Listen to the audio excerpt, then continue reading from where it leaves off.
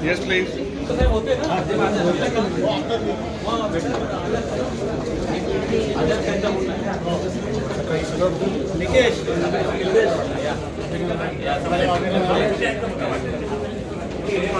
ये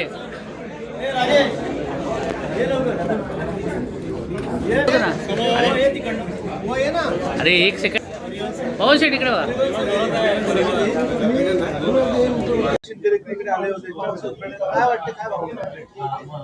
ठाणे महापालिकेची निवडणूक झाल्यानंतर नगरसेवकांची संख्या शिवसेनेच्याही 76 नगरसेवकांची संख्या झाल्यामुळे या ठिकाणी जे आमचं पूर्वी दालन होतं शिवसेना पक्षाचं ते फार लहान होतं. त्या ठिकाणी तेवढ्या सदस्यांना बसण्याची आसन व्यवस्था नव्हती.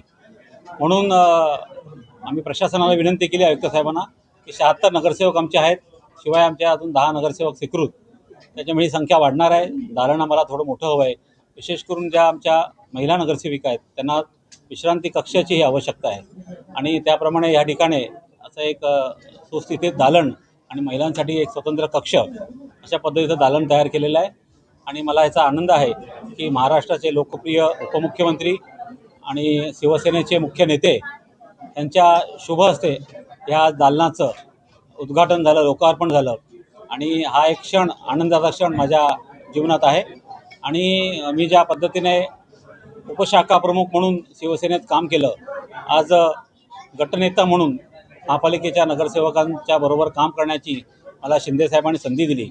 गुरुवर्य दिघे साहेबांचं मार्गदर्शन, त्यांचा आशीर्वाद आणि हिंदू हृदय सम्राट सरसेनाप्रमुख बाळासाहेब ठाकरे यांच्या आदेशानुसार ज्या पद्धतीने कार्यप्रणाली आहे त्या पद्धतीने या ठिकाणी काम केलं जाईल.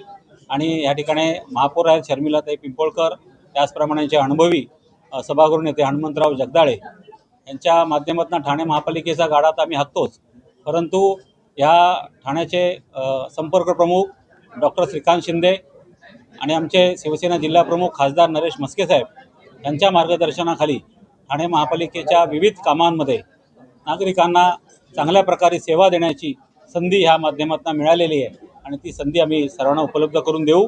आणि ज्या पद्धतीने मगाशी शिंदेसाहेबांनी सांगितलं की सर्वसाधारण नागरिकांची कामं या दालनातून सुटली गेली पाहिजेत आणि तसाच प्रयत्न सर्व नगरसेवकांना एकत्र घेऊन या ठिकाणी केला जाईल आणि ह्याचा मला आज आनंद आहे. ठाणेकरांचे प्रश्न अजून मार्गी लागत नाही. स्टँडिंग असेल, परिवहन असेल, शिक्षण असेल, प्रभाग समिती अजून ते स्थापन झाले नाही. त्यामुळे कुठेतरी एकत्रित येणाऱ्या काळात लवकर स्थापन करावी अशी देखील मागणी आता विरोधक देखील करतायत, सत्ताधाऱ्यांमध्ये देखील भाजप करतायत. तुमच्याकडनं काय? नाही, कालच माननीय उपमुख्यमंत्री एकनाथ शिंदेसाहेब यांनी या संदर्भात संपूर्ण माहिती घेतली प्रशासनाकडनं आणि प्रशासनाने त्याची पूर्ण तयारी, स्थायी समिती असेल, विशेष समित्या असतील, परिवहन समिती असेल आणि स्वीकृत नगरसेवक या सर्व यंत्रणेची तयारी केलेली आहे. आणि मला खात्री आहे की येत्या काही दिवसात ह्या सर्व निवडणुका पार पडतील आणि भारतीय जनता पार्टीचे आमचे जे अध्यक्ष आहेत ठाण्याचे संदीपजी लेले, त्याचप्रमाणे उपमहापौर कृष्णाजी पाटील, गटनेते आमचे मुकेशजी मोकाशी यांच्याशी पण माननीय शिंदेसाहेबांनी चर्चा केलेली आहे आणि ह्या संदर्भात लवकरच या निवडणुका आपण प्रशासनाच्या माध्यमातून घेणार आहोत आणि त्याचा तिढा लवकर सुटेल अशी मला खात्री आहे. भाजपच्या नगरसेवकांनी देखील भेट घेतली आहे. उपमहापौर असेल, गटनेता जो 2 दिवसापूर्वी गोंधळ झाला होता महासभेत, त्यामुळे कुठे युतीचा धर्म पाळला जात नाहीये, त्यामुळे देखील नाही, असं काही नाही. शिवसेना आणि भाजप ही युती जी आहे ही नैसर्गिक युती आहे आणि युतीचा धर्म आम्ही अनेक वर्षापासून गुरुवर्य दिघे साहेब असल्यापासून ही परंपरा आजतागायत सुरू आहे आणि युतीचा धर्म हा आम्ही पाळतोय.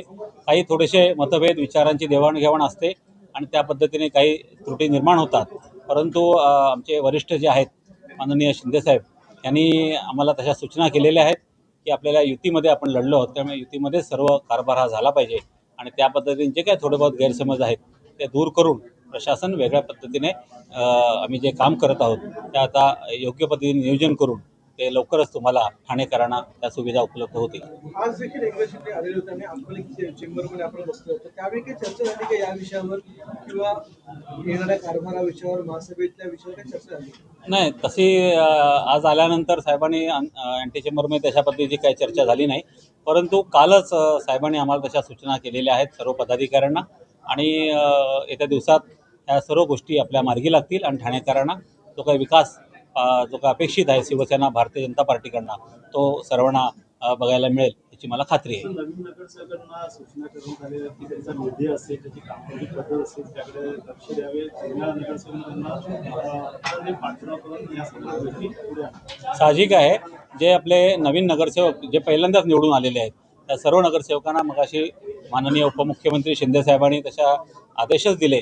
जे जुने नगरसेवक ज्यांचे 2, 3, 4, 5 टर्म झालेले नगरसेवक आहेत त्या सर्व नगरसेवकांनी त्या नवीन नगरसेवकांना मार्गदर्शन करायचे. त्यांचे प्रस्ताव कसे बनवले जातील, त्यांचे विषय कसे महासभेवरती येतील, विविध ज्यांचे बजेट्स असतील, प्रभागातली कामं असतील ही प्राधान्याने करण्याकरता ज्येष्ठ नगरसेवकांनी या नगरसेवकांना मदत आणि सहकार्य करायचं आहे असं या ठिकाणी मगाशी साहेबांनी काही वेळापूर्वीच सांगितलेलं आहे. ओके.